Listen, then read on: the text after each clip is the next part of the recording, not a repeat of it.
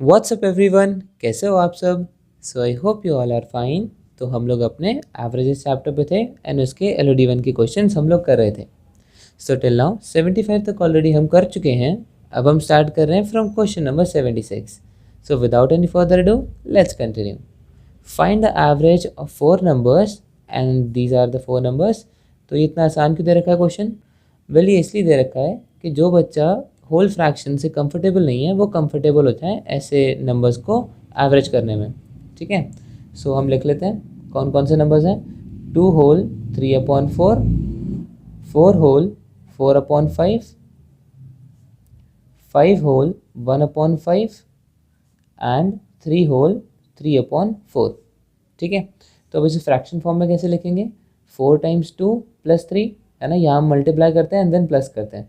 तो 4 2 ज़ा 8 + 3 that is 11। ठीक है, और डिनोमिनेटर में वही नंबर लिखेंगे दैट इज़ 4।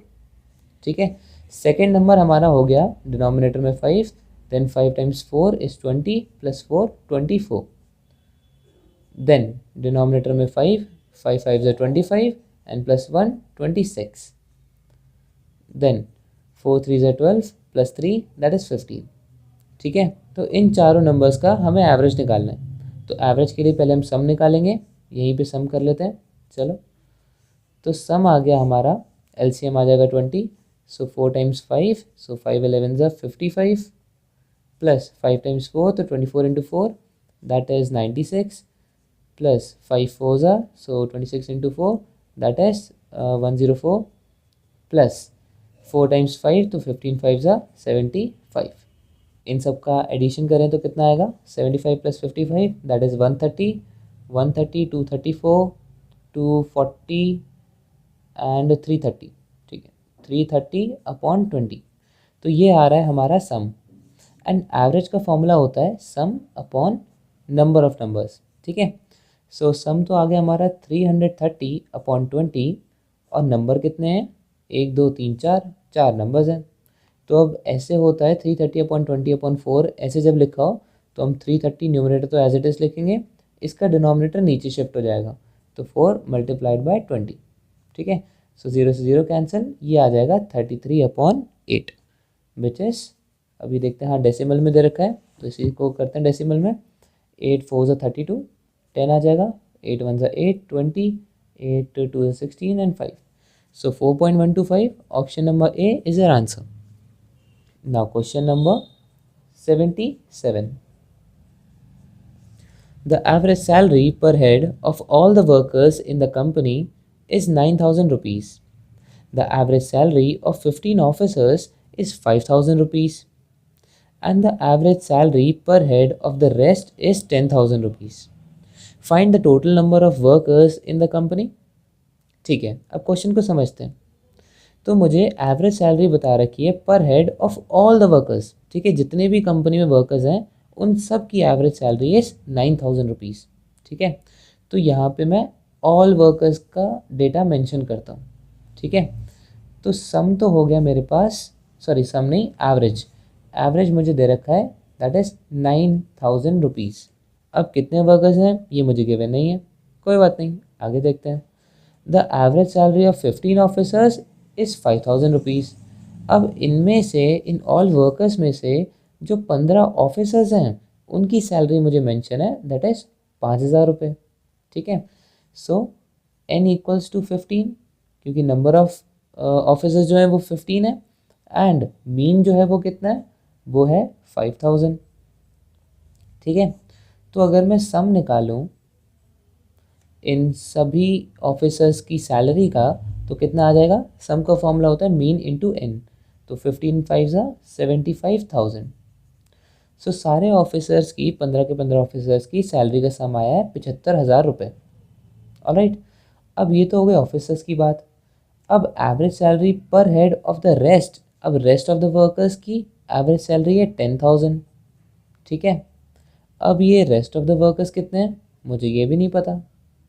तो अब मुझे रेस्ट ऑफ द वर्कर्स के नंबर नहीं पता और टोटल नंबर्स के नंबर नहीं पता, तो मैं ऐसा करता हूँ, मैं मान लेता हूँ जो रेस्ट ऑफ द वर्कर्स हैं उनकी क्वांटिटी है x। ठीक है, ऑफिसर्स कितने हैं? 15। तो टोटल नंबर ऑफ वर्कर्स कितने हो गए, ऑफिसर्स और रेस्ट को मिला के, that is 15 plus x. Correct. अब इससे मैं यहाँ पे इनका सम लिख सकता हूँ, है ना। तो इनका सम कितना आ गया, 9000 मल्टीप्लाइड बाई 15, तो ये कितना हो गया, 15 9 ज़ा 135,000, है ना, प्लस 9000 इंटू एक्स, 9000 एक्स, ये आ गया मेरा टोटल अमाउंट जो कि हम वर्कर्स को पे करते थे उस कंपनी में। ठीक है, सारे वर्कर्स की सैलरी का एडिशन, ये सिर्फ ऑफिसर्स की सैलरी का एडिशन, और ये बाकी बचे हुए वर्कर्स की सैलरी का एडिशन। ये कितना आ गया, 10,000 एक्स। अब अगर ध्यान से देखो, ये रेस्ट ऑफ द वर्कर्स की सैलरी का एडिशन है, ये ऑफिसर्स का सैलरी का एडिशन है, और ये टोटल वर्कर्स की सैलरी का एडिशन है। तो अगर मैं इन दोनों की सैलरी के एडिशन को प्लस कर दूं तो क्या मुझे ये नहीं मिल जाएगा, बिल्कुल मिल जाएगा, बस इक्वेट कर दो। तो 1,35,000 प्लस 9,000 एक्स प्लस 75,000, सॉरी ये इक्वल्स टू है, my bad, equals to 75,000 plus 10,000 x. ठीक है, यहाँ एक्स आएगा। सो अब 75,000 को इधर भेजेंगे, कितना आ गया, 70 प्लस 30 30 60,000 इक्वल्स टू 9,000 इधर जाएगा, या जाएगा 1,000 एक्स। सो एक्स की वैल्यू कितनी आ गई, ये 000 से 000 कैंसिल, कितनी आ गई, 60। तो एक्स की वैल्यू 60 आ गई, दैट मीन्स जो रेस्ट ऑफ द वर्कर्स थे वो थे 60। तो टोटल नंबर ऑफ वर्कर्स कितने हो गए, टोटल आके हो गए 15 plus 60, that is 75 workers. And हमसे शायद यही पूछा था, find the total number of workers in the company. Yes, तो total number of workers are 75। Option number A is your answer. अब ये देखो कितना बड़ा क्वेश्चन हो गया, है ना। अब ये हम ऐसे थोड़ी करेंगे एग्जाम में, हम थोड़े और प्रो बनने की कोशिश करेंगे। सो मिक्सचर एंड एलिगेशंस का हमने कॉन्सेप्ट पिछली वीडियोस में देखा था। ठीक है, जिसे नहीं आता वो थोड़ा समझने की कोशिश करना, और जिसने मिक्सचर एंड एलिगेशंस पढ़ रखा है उसके लिए तो बहुत ही बढ़िया। ठीक है, सो मिक्सचर एंड एलिगेशन से कैसे करेंगे, अब देखो, तो टोटल नंबर ऑफ वर्कर्स की एवरेज थी 9,000, तो टोटल हम बीच में लिखते हैं। ठीक है, और एक ग्रुप का इधर और दूसरे ग्रुप का यहाँ एवरेज लिखते हैं। ठीक है, और कंबाइन आता है बीच में। तो 9,000 ये आ गया एवरेज टोटल वर्कर्स का, 15 ऑफिसर्स का एवरेज था 5,000, और बाकी रेस्ट ऑफ द वर्कर्स का जो एवरेज था वो था 10,000। ठीक है, अब हम इसमें ऐसे क्रॉस करके पॉजिटिव डिफरेंस निकालेंगे, और उससे भी पहले आप इसे कैंसिल आउट कर सकते हो। जैसे मैंने इन सब को 1,000 से डिवाइड कर दिया, तो एक्चुअल में आपको 5, 9 और 10 ही लेना है। ठीक है, सो अब इनका डिफरेंस कितना आया, 10 minus 9 is 1 and 9 minus 5 is 4। So make sure आपको पॉजिटिव डिफरेंस ही लेना है, 5 माइनस 9 मत करना। अब ये जो 1:4 आया ना, ये एक्चुअल में पता है क्या है, ये रेशियो है इनके नंबर्स का। जैसे 5,000 रुपये में जो नंबर ऑफ वर्कर्स हैं, अगर वो 1 है तो 10,000 वाले 4 होंगे, तो 1:4 का रेशियो है। तो मुझे पता है कि ये जो 5,000 वाले हैं ये तो 15 ऑफिसर्स हैं, यानी 1/4 इज इक्वल्स टू, ये इधर का तो 15 आ गया, अपॉन इधर का मुझे पता नहीं, लेट्स से x है, तो x की वैल्यू कितनी आ गई, 15 4 60, दैट्स इट। सो अब देखो इतना हमने क्वेश्चन में किया, इससे बढ़िया कितना था, इतने में ही काम हो गया, है ना। वो भी ये देखो बड़ा ऑक्यूपाई कर रहा है, अरे ये तो हार्ड बन गया, बड़ा बेकार हार्ड बना है लेकिन बन गया, जैसे भी है। एनीवेज, चलो जोक्स अपार्ट, लेकिन मिक्सचर एंड एलिगेशन से देखो कितना आसानी से हो गया। तो बेसिक्स तो अपने स्ट्रॉन्ग रखो ही रखो, धीरे धीरे प्रॉपर्टीज़, मिक्सचर एंड एलिगेशन से अलग अलग टॉपिक से हम कैसे इसे फास्ट कर सकते हैं वो भी सीखो। ठीक है, नाउ क्वेश्चन नंबर 78।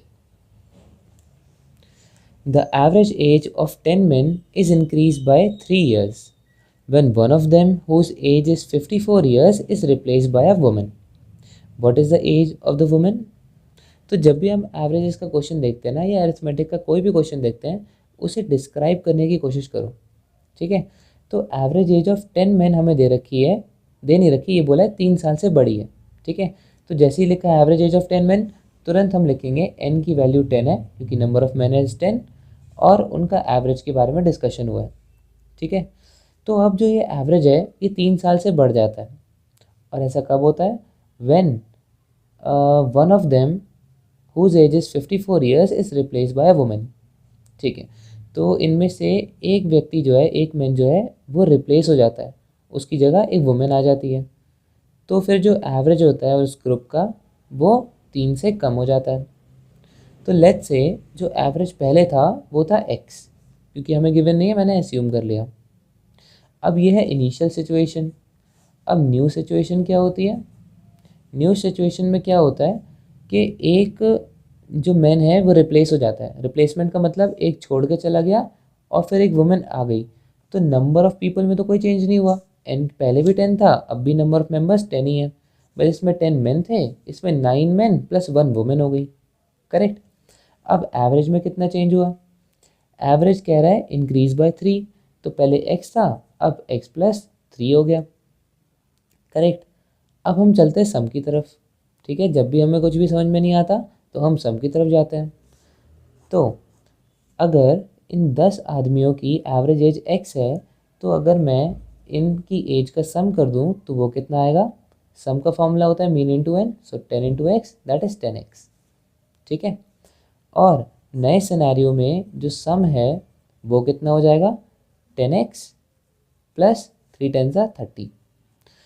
तो अब ये जो उनकी उम्र में जो डिफरेंस आया है, उन सब की उम्र का सम करने में जो ये डिफरेंस आया है, ये किस वजह से आया है?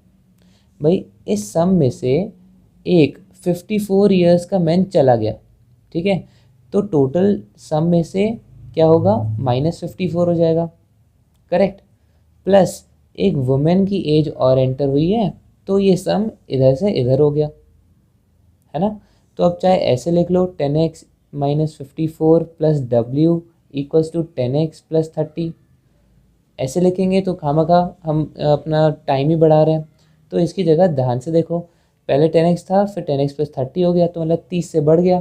तो डायरेक्ट हम -54 प्लस वुमेन की एज इक्वल्स टू 30 लिखेंगे, है ना। तो ऐसे छोटी छोटी ट्रिक्स देखते रहो, इससे क्या होता है आपका टाइम बचता है, और 10-10 सेकंड की वैल्यू होती है, पता है कैट के एग्ज़ाम में। सो W की वैल्यू कितनी आ गई? 54 उधर जाएगा, that is 84 years is your answer. तो उस वुमेन की एज कितनी थी? 84 years. Option number D is your answer. Now question number 79. The average monthly expenditure of Aman was 100 rupees during the first 3 months, 200 rupees during the next 4 months, and 400 rupees during the subsequent 5 months of the year. If the total saving during the year was 3000 rupees, find the Aman's average monthly income to the closest rupee. ठीक है, तो अब question को समझते हैं। तो question में बोला है कि average monthly expenditure of Aman was 100 rupees during the first 3 months. तो मतलब शुरुआत के 3 महीने अमन का जो on an average monthly expenditure जा रहा था वो जा रहा था 100 रुपये। ठीक है, अब इसे ऑन एन एवरेज भी पढ़ सकते हो, या सीधी बात इसे ऐसे पढ़ लो कि पर मंथ का उसका 100 रुपये का खर्चा था शुरुआत के 3 महीने के लिए। तो 100 रुपये उसका खर्चा था पर महीने का, कितने महीने के लिए? 3 महीने के लिए। तो टोटल 3 महीने में उसने कितना खर्च किया? 300 रुपये। ठीक है, अब 200 रुपये ड्यूरिंग द नेक्स्ट 4 मंथ्स। अब 200 रुपये का उसका खर्चा हो गया कितने टाइम के लिए? भाई 4 महीने के लिए। तो 4 महीने के लिए 200 रुपये पर महीने का खर्चा, तो 4 2 ज़ा 800 रुपये उसने उस 4 महीने में खर्च करे। अब and 400 rupees during the subsequent 5 months. Subsequent मतलब फॉलोइंग 5 मंथ्स, आगे के 5 महीने उसका खर्चा जो था वो ऑन एन एवरेज 400 रुपये पर महीने का था। इसका मतलब उसने उस 5 महीनों में 5 4 ज़ा 2000 रुपीज़ का खर्चा किया है। करेक्ट। तो टोटल खर्चा उसने कितना कर दिया पूरे साल भर में?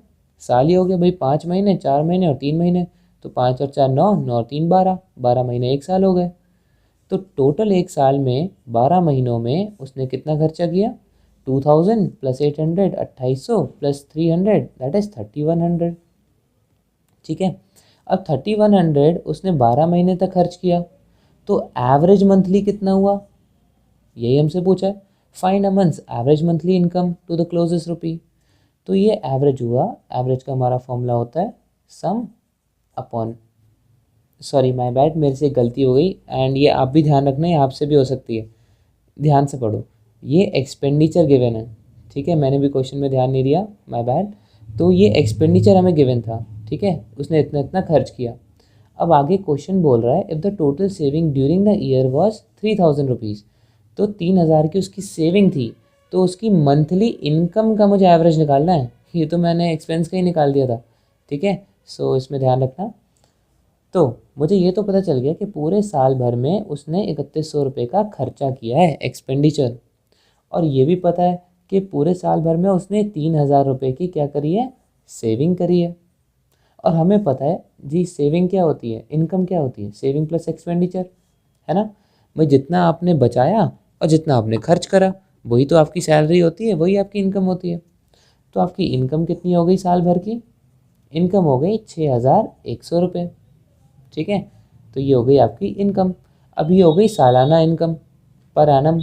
ये तो हमसे पूछ रहा है अमंस एवरेज मंथली इनकम, तो मंथली इनकम हम कैसे निकालेंगे भाई, साल की 6100 मंथली हो गई डिवाइड बाई 12। अब सॉल्व कर लेते हैं। सो 4 टाइम्स 3, 4 1 ज़ा 4 21, 4 5 ज़ा 20, देन 10, 4 2 ज़ा 8 एंड 4 5 ज़ा 20। देन 3 से करेंगे, 3 5 ज़ा 15, 0, 3 8 ज़ा 24 पॉइंट, तो 508 पॉइंट समथिंग आएगा। दैट इज़ अप्रॉक्सीमेट वैल्यू हमसे पूछी है, तो therefore 508 option number A is your answer. Now the last question of the video, question number 80. Ram bought 2 articles for 5 rupees 50 paise each, and 3 articles for 3 rupees 50 each, and 3 articles for 5 rupees 50, and 5 articles for rupees 1.50 each. The average price for one article is। अब question को ध्यान से पढ़ना। क्या बोला है, Ram bought 2 articles for 5.50 rupees each, ठीक है। तो उसने 2 आर्टिकल्स खरीदे, एन की वैल्यू हो गई 2। अब जैसे हमने 79 क्वेश्चन किया था वैसे ही है, ठीक है। और कितने के खरीदे, 5.5 रुपीज़ के। तो उसने टोटल खर्चा कितना किया इन 2 आर्टिकल्स पे, 5.5 इंटू 2 दैट इज़ 11 रुपये का, correct. And 3 articles for 3.50 each, और फिर उसने 3 आर्टिकल्स खरीदे 3.50 रुपीज़ के। तो टोटल उसने खर्चा कितना किया इसमें, 3.5 इंटू 3, तो ये कितना हो गया, ये आपका हो गया 10.5, ठीक है, 10.5 रुपये उसने यहाँ खर्चा किया। And 3 articles for 5.50। अब ध्यान देना, यहाँ पे ईच था, यहाँ पे भी ईच था, लेकिन यहाँ पे ईच नहीं है, मतलब उसने 3 आर्टिकल्स तो खरीदे, लेकिन उन तीनों आर्टिकल का मिला के 5.50 रुपीज़ का पड़ा उसे, ईच नहीं लिखा यहाँ। And 5 articles for 1.50 rupees each, और फिर 5 आर्टिकल उसने कितने के खरीदे, एवरेज था 1.50, तो टोटल खर्चा कितना हुआ, 15 5 सा 75, है ना, 7.5 रुपीज़ उसने यहाँ खर्च किए। तो अब वो पूछ रहा है the average price for one article is. So अब एक आर्टिकल का एवरेज प्राइस क्या था, ठीक है, तो हम वही करेंगे, सम अपॉन नंबर ऑफ आर्टिकल्स कितने थे। तो सम तो मैंने निकाल लिया, सम था 11 प्लस 10.5, बल्कि लिखते नहीं कर ही लेते हैं। सो 10.5 प्लस 5.5, ये आपका हो गया 16 प्लस 17 23.5, देन 24.5 34.5, ठीक है, अपॉन कितने आर्टिकल्स थे, 2 यहाँ पे, 3 यहाँ पे, 3 यहाँ पे और 5 यहाँ पे, तो 3 + 2 = 5, 5 10 एंड 13। बट वेट, इससे तो आंसर गलत आ रहा है, एंड मेरे साथ भी फर्स्ट टाइम ऐसा ही हुआ था जब मैंने क्वेश्चन पढ़ा था। तो ऐसा क्यों हुआ, वेल यहाँ पे एक मिसप्रिंट है, ठीक है, यहाँ पे भी ईच आ रहा है, 3 आर्टिकल्स फॉर 5.50 ईच आएगा, ठीक है, वरना अगर ईच नहीं आता तो हम इसे ऐसे ही लिखते, वो हल्का सा मिसप्रिंट हो गया होगा, नॉर्मल सी मिस्टेक है। तो 5.5 रुपीज़ ईच है। तो अब ये कितना हो गया, 5.5 मल्टीप्लाइड बाई 3, सो 5 3 = 15 एंड 5 3 = 15, सो 16.5। तो अब इसको सम करते हैं, अब इसका आंसर सही आएगा। तो 16.5 प्लस 7.5, ये हो गया 17 7 24 34 35 45.5, ठीक है, अपॉन 13। तो इसे जब आप सॉल्व करोगे तो आपका आंसर आएगा 3.50 rupees. So therefore option number C is your answer. So that is it for this video. These were the solutions from 75 to 80. I hope आपकी समझ में आया होगा। कोई भी प्रॉब्लम हो तो उसे कमेंट सेक्शन में पूछ लेना, एंड अगर वीडियो अच्छी लगी So do not forget to like, share and subscribe to our channel. And thank you so much for watching.